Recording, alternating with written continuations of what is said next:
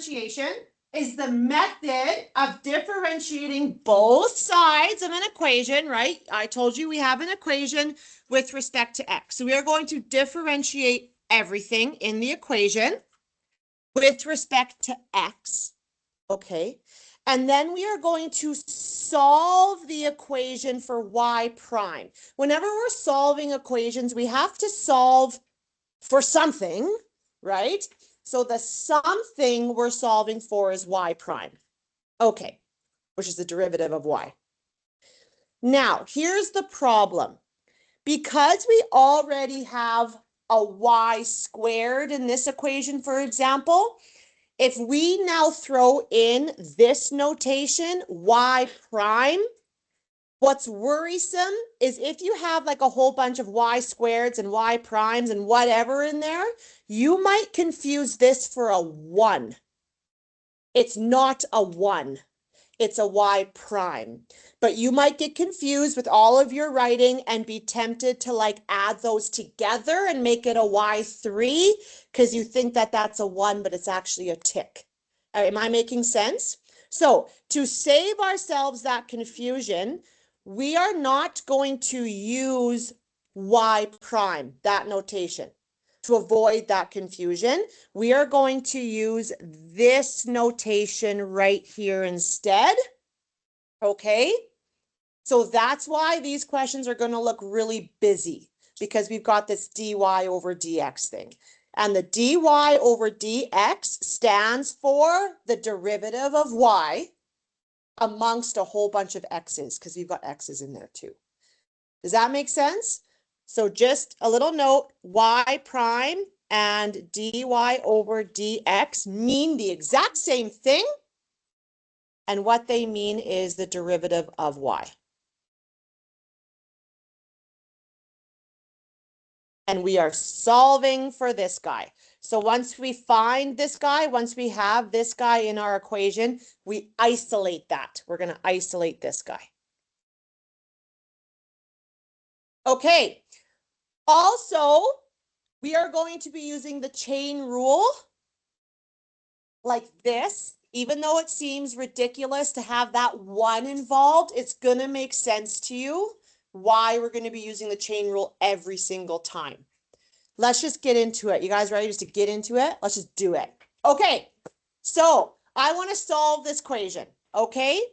And I want to solve for dy over dx. That's always my goal, is to solve for this guy. Okay, well, I don't have that guy in here yet. Do you see a dy over dx in there anywhere? No. So we have to start taking the derivatives of things to get that guy in there. So step number 1 is always the same. Step number 1, you are going to take the derivative of each side. Don't put the y in that derivative thing yet. We are going to take the basic derivative, like we've been doing for 2 weeks now, of both sides of the equation. Okay, when you take the derivative of each side of an equation, we can technically distribute that in and say that we are going to take the derivative, d over dx, of each term individually. So I'm going to take the derivative of x squared first. Then I'm going to take the derivative of y squared next. And then I'm going to take the derivative of 25 at the end. So I have 3 things to take the derivative of. Okay, stay with me here. When I take the derivative of anything with an x, just do it like we've been doing it this whole time. Whoops. So the derivative of x squared is 2x. Are you with me so far? Life is good. Okay. When it's just x involved, life is good. Okay. Now we get to this. I am asking you here to take the derivative of x, but there's only a y. Do you see the problem? I'm asking you to take the derivative of x, but there's only a y. So here's what we do. This is where it gets a little bit weird. We are going to take the derivative of y. We're going to do it. let's take the derivative of y, which is 2y. But now is where we apply the chain rule. Okay. So what we do whenever we do this power rule, just like I was doing here, right? You plop the exponent down and then you take the derivative of what's in the bracket, right? Which is in this case, y. I want to take the derivative of y. Don't you dare write 1. The derivative of y, I know it is 1. But we are going to write this notation, which we already established is the derivative of y. I wrote that right here. Dy over dx stands for the derivative of y. So we still did the chain rule. We wrote the derivative of y instead of writing 1. Why did I do that? Because now I have that guy in my equation and now I can solve for it. If I would have just written 1, I don't have that dy dx in there. I can't solve for it then. So I am essentially saying 1 and dy over dx are interchangeable. 1 is the derivative of y. Yes, I know, but we're going to write dy over dx instead. So we actually can solve for that guy. Okay, then equals, and then the derivative of 25, no big deal, it's 0. Okay, that's the constant rule. Okay, so I've taken the derivative of everything. I have gotten this magical term here that I'm isolating for. So now we isolate. We're going to isolate this whole term first, which means I'm going to send that 2x over to the other side. And on my left, I have 2y.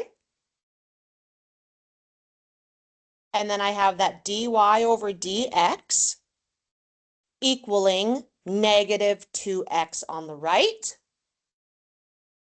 Okay, final step. Again, I want to solve or isolate for dy over dx.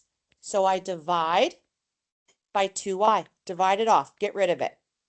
And so my final answer, we're done. Dy over dx is equal to negative x over y because the 2's cancel. That is your final answer. So that was very mild, okay? Because we only had 3 individual terms. So now what we're going to do is I'm going to give you 4 terms. However, that's a product rule, right? Because it's x4 times y. So we're going to implement the product rule into this. Just remember, and if you want to write this on your notes, okay, fine. Every time you take the derivative of a term containing y, tack on dy dx. That's essentially what we have to do every single time to be successful. Every time you take the derivative of a term containing y, add a dy over dx after. Okay. Let's do it.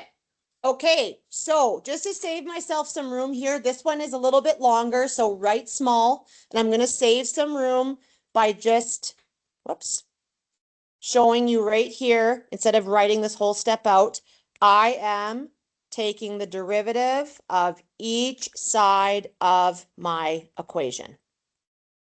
That's how you always start.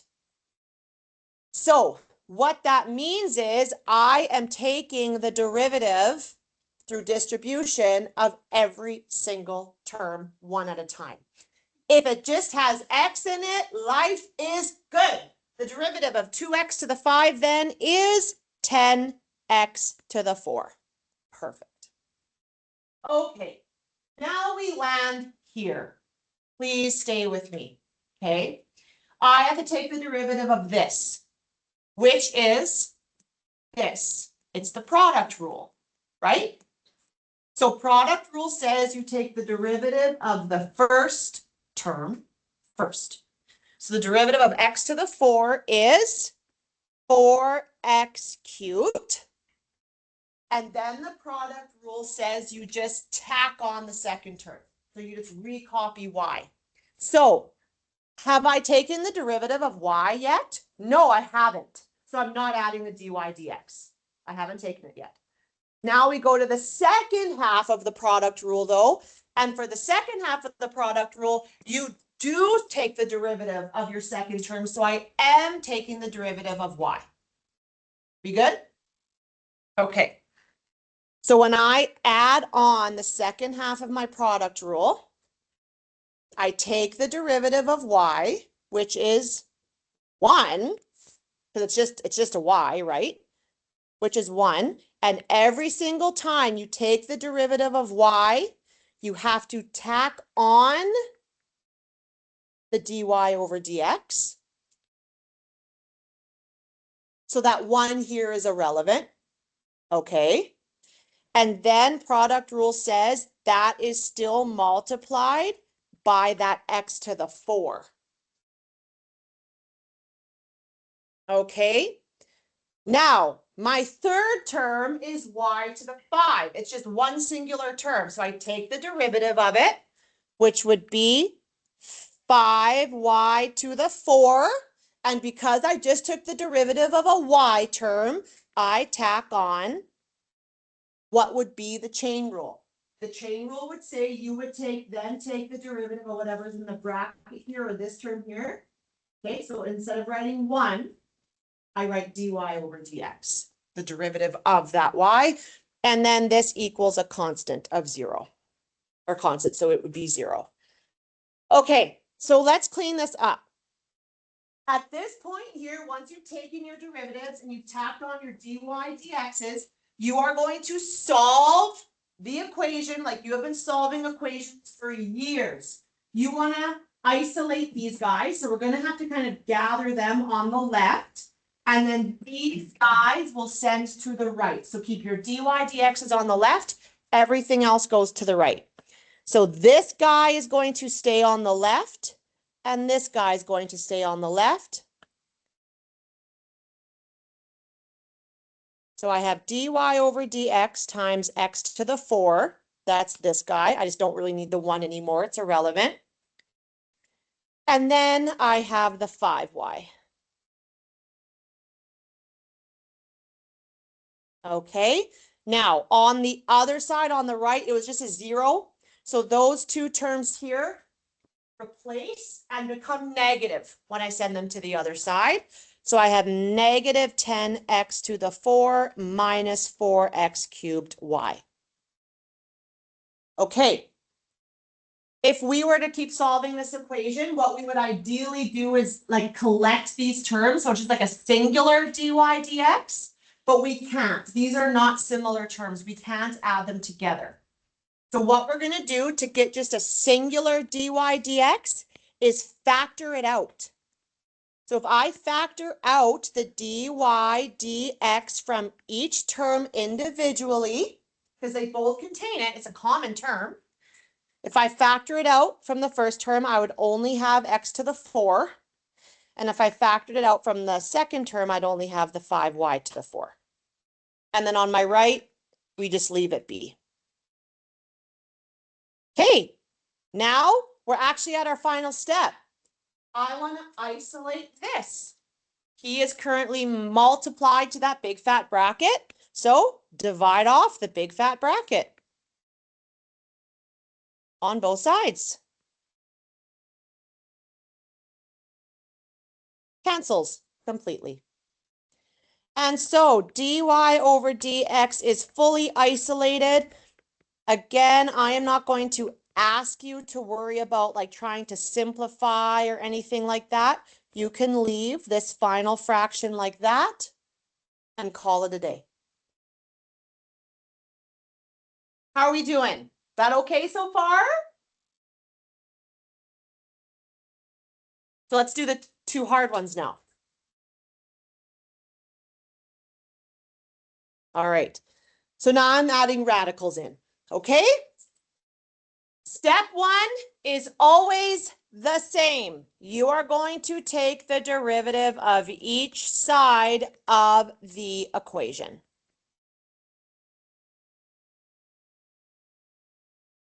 All right. Which actually means if we like distribute it in, I am taking the derivative of every single term from left to right. So if I start with x squared, is x squared going to cause me any problems? Do I have to think hard? I sure don't. There's no y involved, so that just becomes 2x. Okay, but now I have to take the derivative of the square root of y. Yes? Is it the same as x, but just back up the For this one? Yeah. Yeah, so remember how I told you to memorize what the derivative of a root is? So same thing, we're going to take the derivative of that guy. So it would end up being 1/2 y to the negative 1/2. But because I just took the derivative of a term containing a y, you tack on the dy over dx. Okay, on the right. Oh, man, I got the product law again. Okay, so you've got two terms, x and y. So that's why I wrote the product law right here today. So first things first, I take the derivative of x squared, which is 2x. But the y cubed remains unchanged. I didn't take the derivative of y. I do not write dy over dx. But now I do the second half of the product law. So now I will take the derivative of the y term. So I will tack on dy dx. And then I won't forget that I have to also multiply it to the x squared unchanged. Okay. And finally, the derivative of 5 is 0. I'm not going to write 0. No point. So this is what I've got now. So this is a different type of question because your dy and dx's that you have to gather are on opposite sides. No problem. Get them on one side, get the other terms on the other side. So what that means is I'm going to take him, bring him over to join him up with this guy. And then I'm going to take him and send him over. I'm just going to do a little switch with those two terms. So when I do that, I will start with a 1/2, that 1/2 y to the negative 1/2 dy over dx is still on the left. Now I'll have a minus, I'm going to switch that symbol, minus 3y squared dy over dx. And don't forget, there's still that x squared tacked on. That whole term has to follow you. Equals, okay, that 2xy cubed is existing. And now you're sending over that 2x and making it negative. So once you've gathered your dy dx's on the left, you factor it out. That'll always be the same step. Factor out the dy dx. All right, open up your bracket. So when I factor out the dy dx, all you do, don't think hard, you just recopy the other part, okay? So you have 1 over 2 y to the negative 1/2. And then when I divide the dy dx out of this one, it's kind of splitting the two terms. So just take it out. And then the 3y squared x squared will just kind of get bumped together now. We just took out that dy dx that was separating them. And on the right, you never do anything. All right, and now we're good to go. It'll always be the same step. Just divide this whole crappy thing off and send him underneath. Okay, so if I divide it off, I would finally have this isolated. 2xy cubed minus 2x all over 1/2 y negative 1/2 minus 3y squared x squared. Done.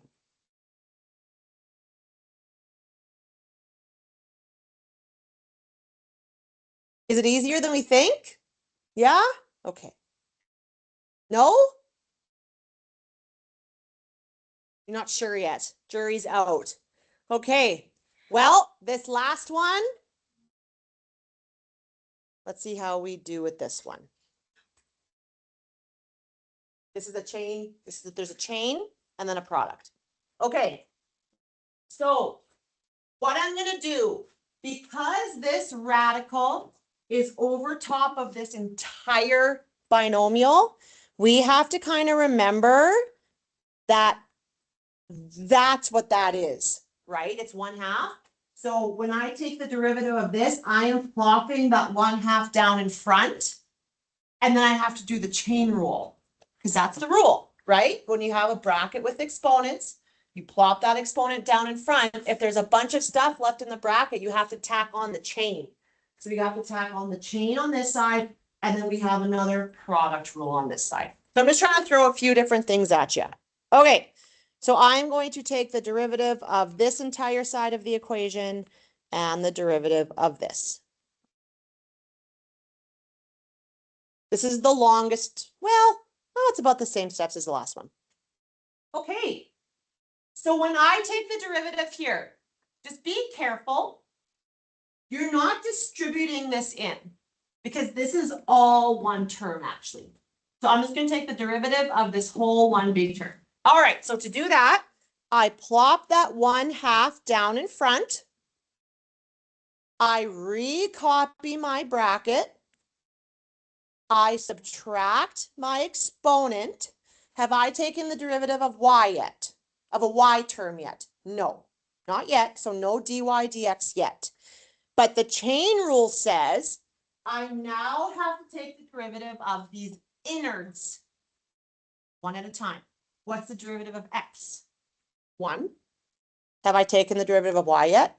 No. But then I have to move on. What's the derivative of y? 1. Have I taken the derivative of y? Yes, now I have. So I have that 1, but because that 1 is the result of a derivative of y, you always tack on dy dx after taking the derivative of a y. So this 1 here, it's 1 times that, it's one, the 1 is irrelevant. Okay, so we really have 1 plus dy over dx. Okay. Now, on the other side, I do have to, in theory, distribute this guy in. These are 2 separate terms. The derivative of 1 is 0. I'm not even going to write it. So I'm going to move on to the next one. I've got to take the derivative of this, which is a product rule. So start by taking the derivative of x squared, which is 2x, and then tack on the y squared. I haven't taken the derivative of y. I don't touch a thing. But then product rule says you do an addition. Now I will take the derivative of y, so 2y. So now I will tack on my dy dx, and then I don't forget to tack on the x squared. Okay, so this is where this one gets a little bit nasty because your goal here now is to isolate your dy dx's. But this dy dx that you want to isolate is inside a bracket with a 1 and is also multiplied to that thing. So you can't just like subtract it out or move it around. It is joined up with this plus 1 and also multiplied to that. So what we have to do to kind of get this guy out of the bracket on his own is we have to take this big leading term and distribute it in so that these guys can separate and be their own separate terms. Okay, so this looks a little bit busy, but when you distribute this big old term times 1, okay, well, it's just going to stay the same. So it stays 1/2 x plus y to the negative 1/2. So I've done the first distribution, this one. And then now, when I distribute him in again to that guy, it's just going to be this times this. So it's just going to be this with a dy dx tacked on the back. So it's going to stay the same, 1/2 x plus y, negative 1/2, but when it multiplies to the dy dx, it's just going to look like that. So I've kind of separated them and made dy dx gotten out of the bracket. On the right side, what I'm going to do is nothing on the right side yet. If you want, you could rearrange these terms and write the x squared in front. It doesn't matter though. They're all multiplied together. You don't need to do that. Okay, so now all of my terms are separate. I have no more brackets that I have to worry about. So I'm going to get my dy dx terms on one side, which means I'm going to take this whole term, bring him over. And then in the same breath, I'm going to take this term and send him to the right. So I've got another flip-flop situation. Okay. So the first highlighted term is staying on the left. No big deal. I now bring over the other highlighted term and switch the symbol. So it's negative 2ix squared with the dy dx. And then on my right-hand side, that 2xy squared remains unchanged. And the other guy comes to join him and becomes negative 1 over half. 1 over 2, whoops, 1 over half. Okay, so I've collected my terms. Once you've collected your terms and rearranged, you always do the same thing. You're going to factor out that dy dx from each of those two terms. So when I take out the dy over dx of the first guy, I am left with just that. When I take out the dy over dx of the second guy, I am left with just that. And over here stays the same. And now we are ready for that big division step. So my dy dx will be isolated. This right side stays unchanged. And now that guy on the left becomes my denominator. And that is your answer. You don't need to simplify. Okay. So how was it? That's it. We're done. Easier than you thought? Yeah? Technically, it's nothing new. You've done derivatives before, you've isolated equations before, right? It's just very, very busy. And there's a lot going on. So you have to be so careful not to like miss a term or miss an X. So, and this is why it's a work period tomorrow, right? So 21 and 22, take a little brain break and then get to it. That's it. Chop, chop.